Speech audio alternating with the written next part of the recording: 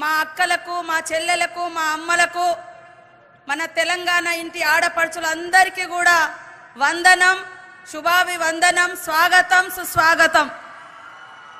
ఆనాడు కాంగ్రెస్ ప్రభుత్వంలో వైఎస్ఆర్ గారు మరి మహిళలందరినీ లక్షాధికారులను చేయడమే లక్ష్యంగా పెట్టుకొని మహిళా సంఘాలని, పొదుపు సంఘాలని బలోపేతం చేయడంతో పాటు ఆర్థికంగా ఆ రోజు సూక్ష్మ సంఘాలు, మైక్రో ఫైనాన్స్ వాళ్ళు వచ్చి వేధిస్తుంటే అది కాదు, ప్రభుత్వం మీకు అండగా ఉంటుందని స్త్రీ నిధి తీసుకొచ్చి సెర్ఫ్ను ఏర్పాటు చేసి పేదరిక నిర్మూలన పొదుపు సంఘాల ద్వారానే, మహిళల ద్వారానే జరగాలని ఆ రోజు వైఎస్ఆర్ గారు కలలు కంటే ఈనాడు మరి ఇందిరమ్మ ప్రభుత్వంలో నూతనంగా ఏర్పడ్డటువంటి కాంగ్రెస్ ప్రభుత్వం, సీఎం రేవంత్ రెడ్డి గారి ఆధ్వర్యంలో ఉన్నటువంటి ప్రభుత్వం మరి మా మహిళలందరినీ, మా అక్క చెల్లెలందరినీ కోటీశ్వర్లుగా చేయాలన్నటువంటి ఏకైక లక్ష్యంతో ఈ రోజు ఇక్కడికి 1,00,000 మంది మహిళల్ని ఆహ్వానించడం జరిగింది.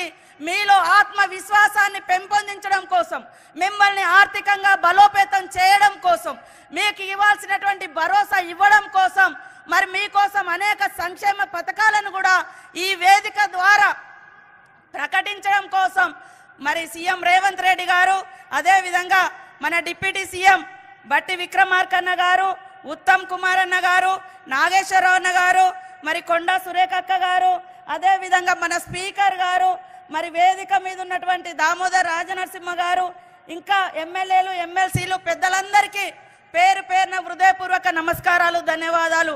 పత్రికా మీడియా సోదరులకు, పోలీస్ అధికారులకు, ముఖ్యంగా మరి మా అనితా రామచంద్రన్ గారు, సిఎస్ గారు, శాంతకుమారి గారు, సుల్తానియా మా ప్రిన్సిపల్ సెక్రటరీ గారు ఈ ఏర్పాట్లలో తనములకలై మరి పనిచేసినందుకు సంబంధిత అధికారులందరినీ కూడా అభినందిస్తా ఉన్నాను. ముఖ్యంగా కాంగ్రెస్ అంటేనే పేదరికం లేనటువంటి మరి సమాజాన్ని సృష్టించాలన్నటువంటి కలలు కనేటువంటి ఇందిరమ్మ పార్టీ. మరి కాంగ్రెస్ అంటేనే మహిళలకు మొట్టమొదటిసారి గ్రామ పంచాయతీ నుంచి జిల్లా వరకు 33.3% రిజర్వేషన్స్ ఇచ్చి మీరు వంటింటి కుందేలు కాదు, రాజకీయాల్లో కూడా రావాలి, నిర్ణయాధికారంలో కూడా మీరు భాగస్వాములు కావాలి, ఎలాంటి చట్టాలు కావాలి, ఎలాంటి నిర్ణయాలు తీసుకోవాలో దాంట్లో కూడా మనం ఉండాలని ఆ రోజు రాజీవ్ గాంధీ గారు 33% రిజర్వేషన్ కూడా తీసుకొచ్చి గ్రామ పంచాయతీలలో మరి మనకు రిజర్వేషన్ కల్పించింది కూడా కాంగ్రెస్ ప్రభుత్వమే.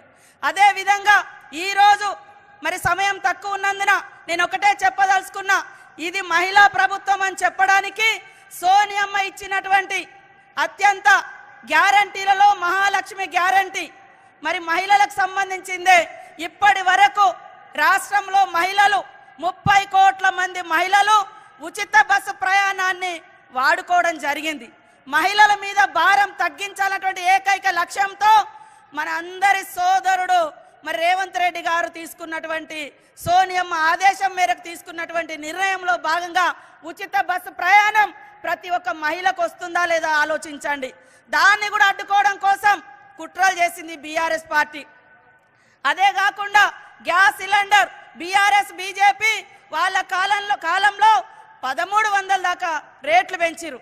ఆ రోజు కాంగ్రెస్ ఉన్నప్పుడు 450, 500కే ఇస్తే మరి వాళ్ళు వచ్చిన తర్వాత 1200, 1300 పెంచితే ఇప్పుడు మళ్ళీ 500కే గ్యాస్ సిలిండర్ ఇస్తున్నటువంటి ఘనత ఈ కాంగ్రెస్ ప్రభుత్వంది.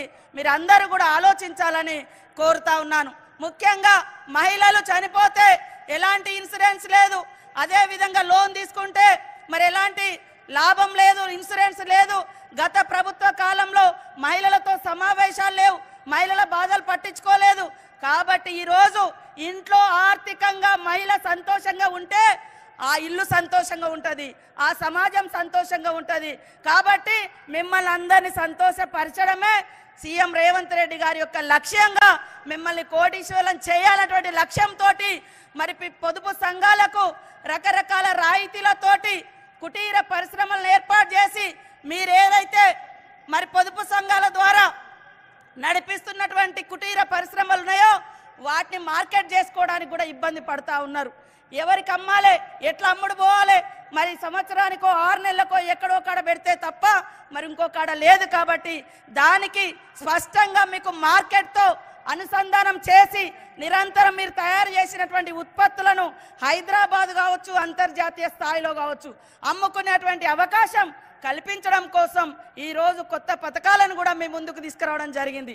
ఈ రోజే మరి సీఎం రేవంత్ రెడ్డి గారి ఆధ్వర్యంలో టీ సేఫ్ అనేటువంటి ఒక యాప్ను తీసుకొచ్చి మహిళలు ఎటన్నా పోతుంటే మరి అక్కడ పోయిన తర్వాత ఏమైతే తెలియదు కాబట్టి పోలీస్ శాఖ ద్వారా మీ ప్రయాణాన్ని కూడా ఎప్పటికప్పుడు తెలుసుకుంటూ ఏదైనా ఆపదలో ఉంటే వెంటనే పోలీస్ అధికారులు వచ్చి పోలీస్ శాఖ వచ్చి మహిళల్ని రక్షించేటువంటి స్కీమ్ను కూడా ఈ రోజే లాంచింగ్ ప్రారంభించడం జరిగింది।